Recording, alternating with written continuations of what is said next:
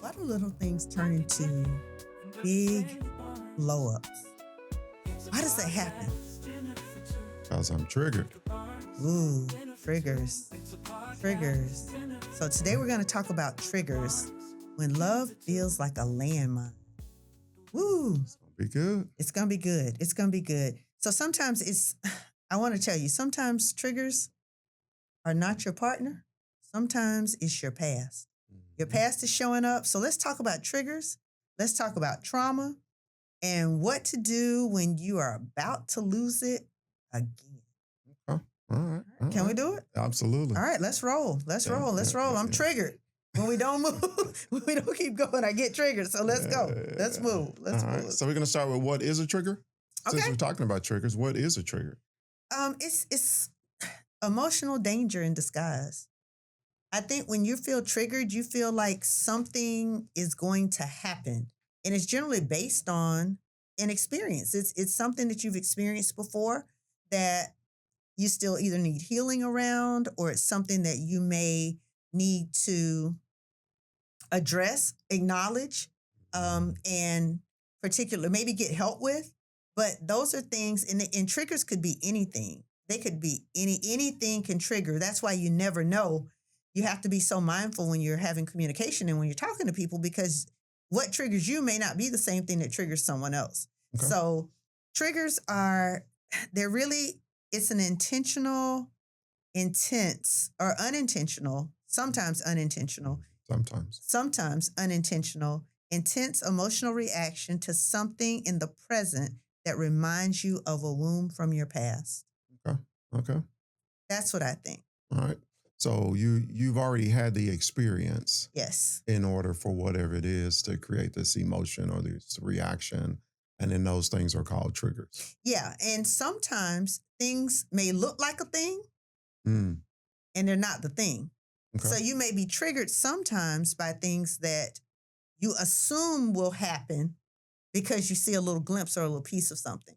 So I know that it's often hard, like I said a few minutes ago, to figure out what triggers people until they're triggered, until you see it. Because sometimes we don't even know. I have said before, we've said before that, there are a lot of things that you think you may be delivered from and they're just dormant.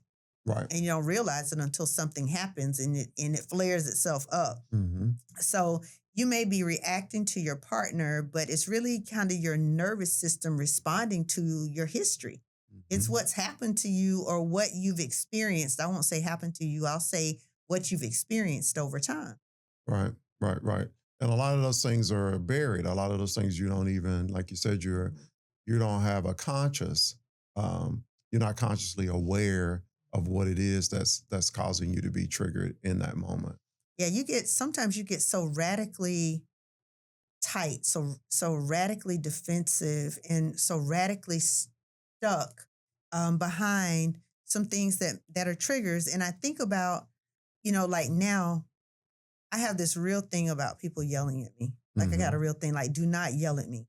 I don't care if you're mad. I don't care if you hype. You need to control that. Don't yell at me. I don't yell at people. I don't want you yelling at me. And if I trace that back, I can trace that back to being yelled at as a child. Right. And how it always made me feel like I had to shrink. It always made me feel like I had to stop what I was doing instantly. Like I had to, whatever it was, you got to stop, like whatever it is. And so now it's like, don't yell at me. Right. I will listen to anything that you have to say, but if you start yelling, you are on your own. I have left the building. And even if I have not physically removed my body, I don't hear you. Emotionally, you already checked out. Emotionally, I am gone. Okay. And so when we think about triggers, they can sometimes come from anywhere. They can come from your past. They can come from an experience that you've had. And it could have been one thing. We were talking at Mother's Day with my brother, didn't realize that my daughter he didn't realize that Tierney was still frustrated or still afraid. I shouldn't say afraid. She's not afraid of water because she's not.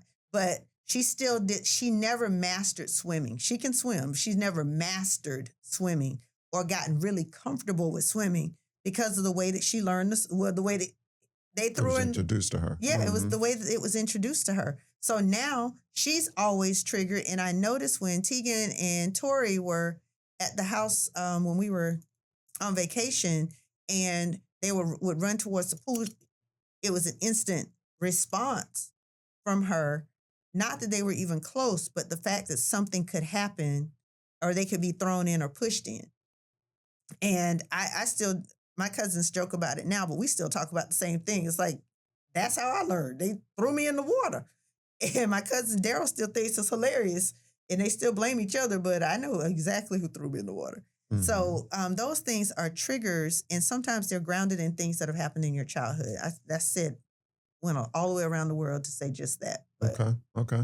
So they're not baseless, is what you're talking about. Right. So these triggers are either based on something that occurred to you, or maybe something that you witnessed, something that transpired. It's a part of your history. Right. Okay. Right. All right. And you have a response when you see it, or you see things that look eerily close to it, things that appear very similar to what that thing was that hurt you before, or that thing that caused you harm before, even if you didn't recognize the degree of the harm when it happened. Right. When you see it coming, you tighten up, you tense up. So yeah, it's definitely a reaction to something that has occurred, and it's legitimate. Mm-hmm. It's legitimate because you have legitimate thoughts about it. So I don't want anyone to ever think their triggers need to be dismissed.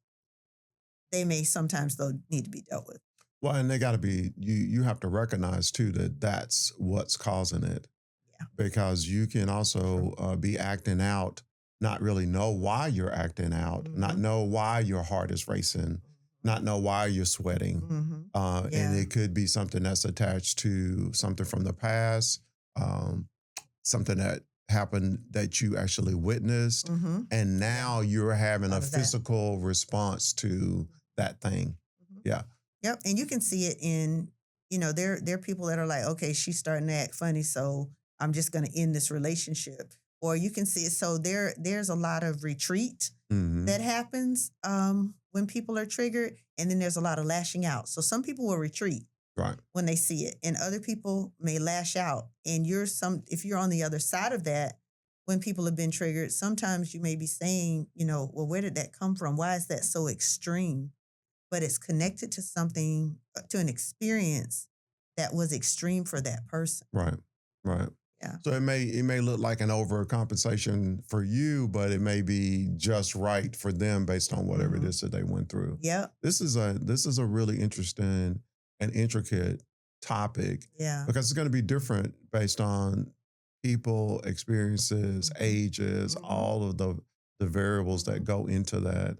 It makes this a really, really interesting topic. Yeah, and it's not even what's even more interesting, or what's as interesting, is the fact that it's so different for every person. So you can't assume what makes you mad makes everybody else mad. Right. So a lot of times you'll walk into a room and you'll see something and you're triggered and you're wondering why everybody else not bothered by this thing. But it's something that's connected to you that you need to really dig up and unleash or heal from. Or treat, figure out, so that you can live freer in that area. Because again, and then you hold people accountable for the things that trigger you, and sometimes they don't realize it's a trigger. Well, one of the things that I'm thinking about too, as we're talking about this, is that you watch the crime shows. I do. And I cannot watch the crime shows for one reason and one reason only. And that is, I cannot watch a woman suffer. Yeah. And so any show that has women suffering or being abused or whatever the case may be, that is an automatic trigger for me. And the only thing I can really attach it to is my mother instilled that you need to have an immense of respect for women. And so that for me is a real issue when it comes to TV shows. There's nothing entertaining about that for me. And so for me watching TV, I'm looking to be entertained. I can't even sit in the same room He can't. when those things are going on. I know, Yeah. and it's so weird. I'm like, come watch Criminal Minds with me. He's like, I No, can't do it. I can't do it. And it's even been situations where you've heard like the scream Yeah. on the show, and then you'll come close the door. Yeah. Or you'll walk off and go downstairs or something to that effect. And I didn't realize that it was that triggering for you until right now. But I thought you just didn't like the shows. But I'm glad that you shared that. Thank you for sharing that, because it allows me now to look at it a little bit differently. Well, and that goes to our next topic, is that you need to know how to recognize, and then you need to know how to regulate. So that's how I regulate. And then we're going to talk to people about how to repair those issues that you've experienced and how to make them as non-triggering as possible. So recognize this emotion feels bigger than the moment. And so you need to recognize when whatever I'm doing or saying or how I'm reacting is really bigger than what we've got going on right now. You know, I didn't know that, say for instance, you didn't know that you were never allowed to get McDonald's when you were a child. And so you say, hey, we need to stop there. And I said, okay, well, we don't have time. Well, we're going to stop right now because, you know, I need to have it. So once again, just the no in that situation was a trigger. But if you don't know why the no was a trigger, because I don't remember us stopping and having fast food. We can make a hamburger at home. You know, so exactly. What are you talking about? I'm gonna eat that hamburger. I got a hamburger at home. Exactly. Exactly. Yep. When the next R is the regulate, and that's the part that gets to be hard when it's gotten so far out of hand. So you have to be able to recognize your triggers, which is the first R. The recognize your triggers. Recognize: is this bigger than what just occurred? Is your reaction does your reaction align to what actually occurred? Right. And if your reaction doesn't align, then obviously there's some sort of disconnect there that we need to really explore and spend some time thinking through, because it's hard to regulate when you don't know how. When you don't recognize, you don't know how to identify what that is. So recognize and then regulate. Practice some grounding techniques. Think about some breathing exercises. That's 7 in, 7 out is a huge one that's used a lot. Another technique is 5 things you see, hear, and feel in that moment. So if you just stop and you just look for 5 things that you see, it'll help you to focus on something other than the emotion in that moment. Okay. What are 5 things that you hear in the moment? And like now, I would pause and I hear the clock. I hear, or some things that I see. I see the lights blinking here, our timer here. So it's so many things that come when we are trying to figure out what that feeling is. Right. And if we have some regulation techniques or some things that help us regulate in the moment, it'll make it easier for you to be able to deal with what you actually recognize. And then be intentional about all of this, right? So be intentional about recognizing it, be intentional about regulating. And lastly, we look at repair, because we want to make sure going forward that whatever we give you, want to give you some strategies, some tools to repair. So how do I repair this? What am I doing when I'm working to repair this issue of being triggered by things that have occurred in my past? Well, one is you take time to figure out what those triggers really are. Sometimes it's not, you got to dig deeper. So you got to do the work. That's the first thing, because again, it may not be that you are mad because the top is off the milk or whatever. We don't drink milk, so that don't really matter, but you get the point. The top off the milk, it may not be that the top is off the milk is what makes you mad. It's the fact that you may have gotten beaten when you, or let me change it. Let me change that. Change this all around. Forget it. But like, for me, it may be something where you had to put the ketchup in the refrigerator. You were raised to put the ketchup in the refrigerator. And then someone leaves to put the ketchup in the cabinet or in the pantry, and you're mad. You're like, what? Give me the ketchup. And you're like, when you trace it back, you know, to the other person, they're like, dang, it's just ketchup. Put it wherever you want to put It's it. not It's that like serious. right. Yeah. But you've spiraled all the way out about this because you've gotten beaten for not putting the ketchup away. You've gotten not putting it in the refrigerator. You've gotten beaten for leaving it out, and it's getting hot when other people want cold ketchup or whatever it is. And that's very simplistic. But the first thing you have to do is recognize it. The second thing you have to do is dig deep to find out what are you really angry about? What is that really attached to? Why does it trigger? Does it make you feel scared? Does it make you feel nervous? Does it make you feel unsafe? Does it make you feel uncomfortable? Does it make you feel afraid? Does it make you feel like you are less than? Is there scarcity there? Are you afraid that you're going to run out of something? Okay. So you need to leave it in the refrigerator for a long period of time or whatever it is. Because if you run out, then you may not have any more. There's so many things that could be under that. So the first thing would be to recognize, one, that it is a trigger, but then two, dig deep and find out where did that come from. Because that's where the repair is going to come from. That's where the repair comes from. Because we're encouraging you not to suffer through this, you know, for the balance of your life. Oh, absolutely not. You don't, and you don't have to. Right. You can repair this. And if you have done something and you've exploded on someone because of a trigger that you have, and it had nothing to do with them, go back and apologize. Circle back on that thing and say, you know what? I was triggered by that because of something that had nothing to do with you. And I'm sorry. I apologize for that. And now here's what I'm going to do to make sure it doesn't happen again. Because again, you know, I'm the accountability person. I'm going to always say, yeah, your apology sounds really nice. But what are you going to do to make sure you don't do that again? Because if you don't own it, you don't recognize it, you don't own it, then you are definitely going to do it again because you don't think anything's wrong. You don't think anything's wrong. And that to me is that's huge. So when you're repairing, circle back and have a conversation when you're in a space where you can. You don't want to circle back and do it in the middle of your trigger, in the middle of your anger or your frustration. But when you walk off, be honest with yourself and go, wow, it was just ketchup put in the pantry.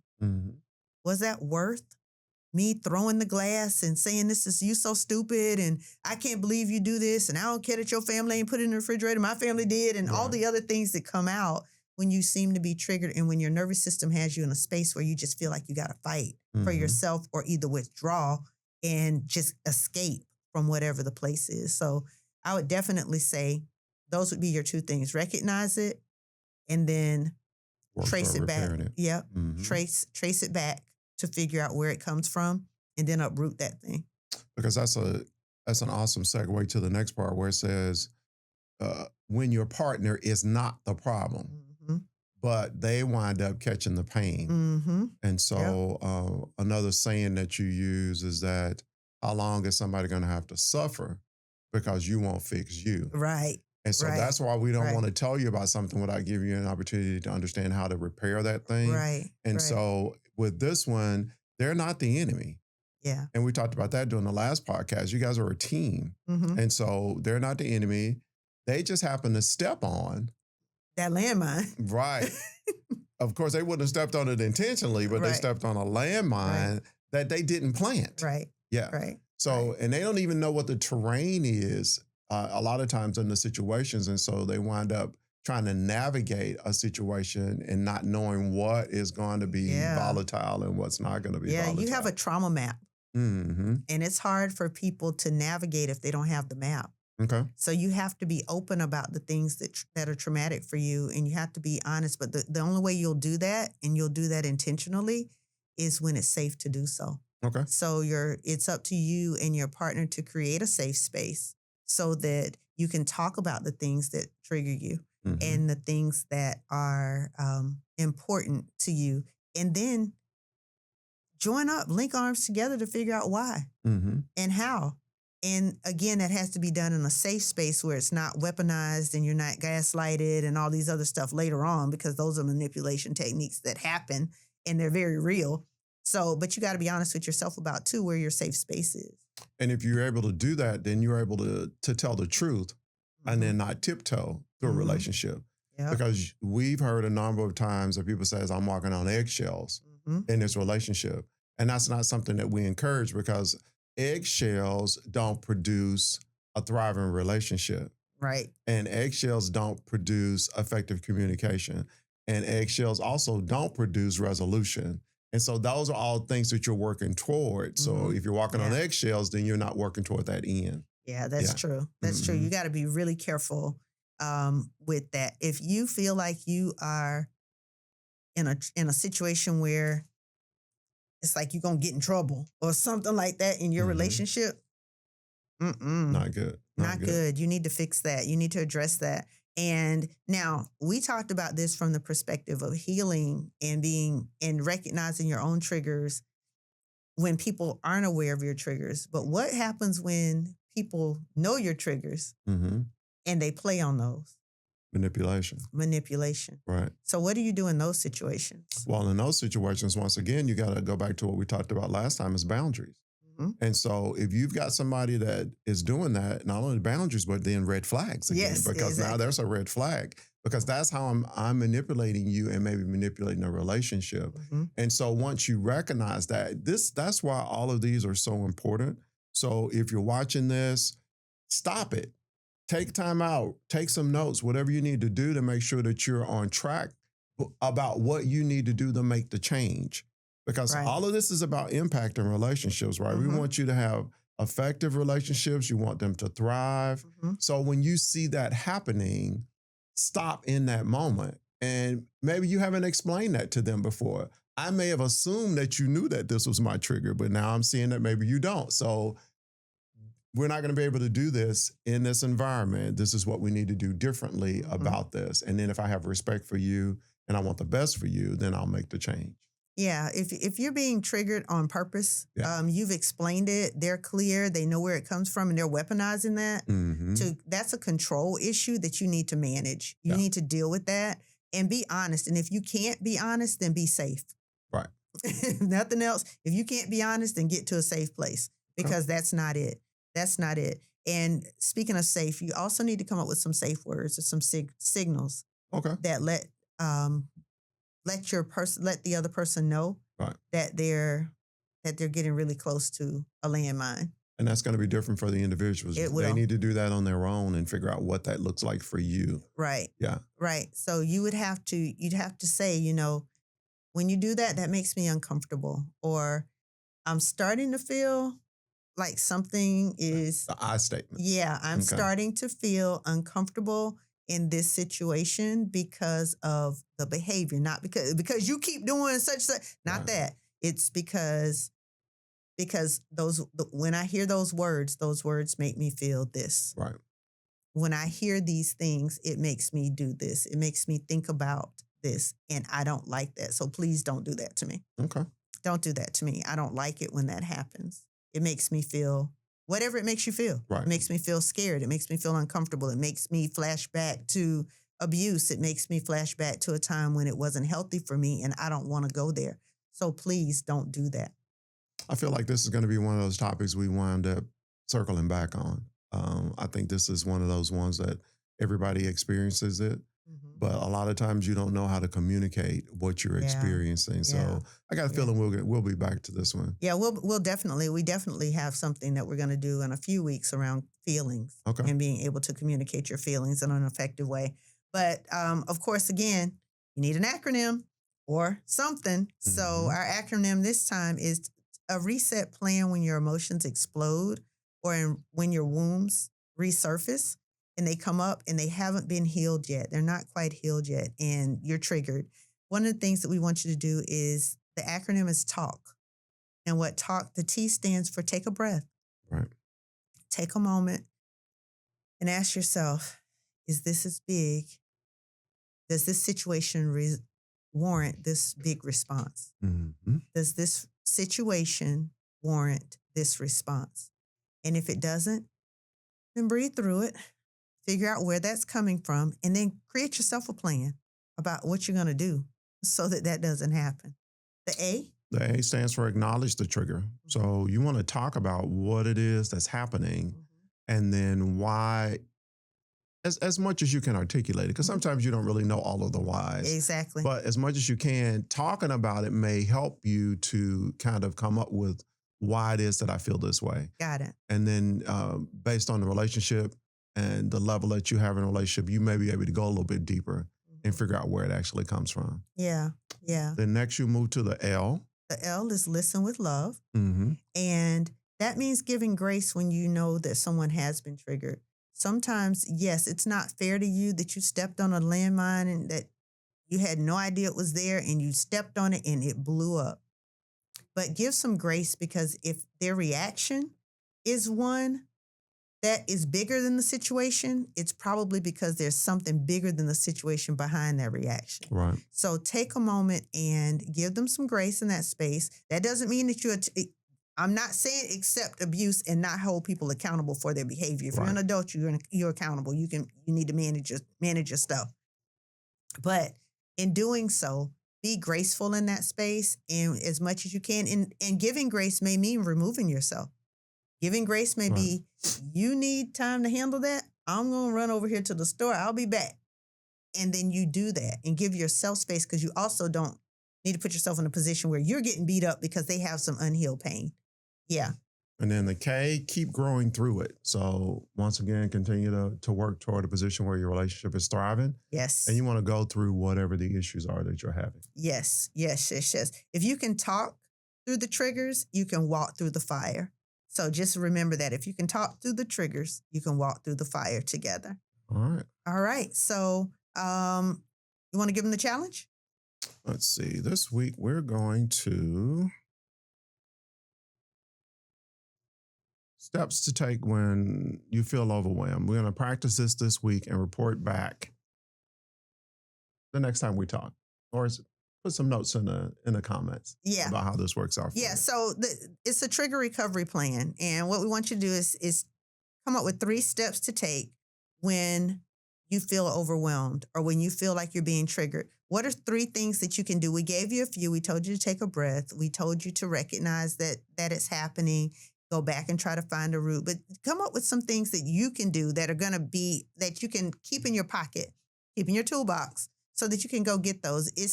You don't want to plan for something while it's occurring. You plan ahead of time. So develop a plan that will help you get through these things when you're being triggered. And the first, I just want you to always ask yourself, is this emotion, this feeling that I'm having, does it match the moment? And if it doesn't match the moment, then I want you to try to reel it back and let's dig deep and figure out where it is. And if you need help with that, just reach out.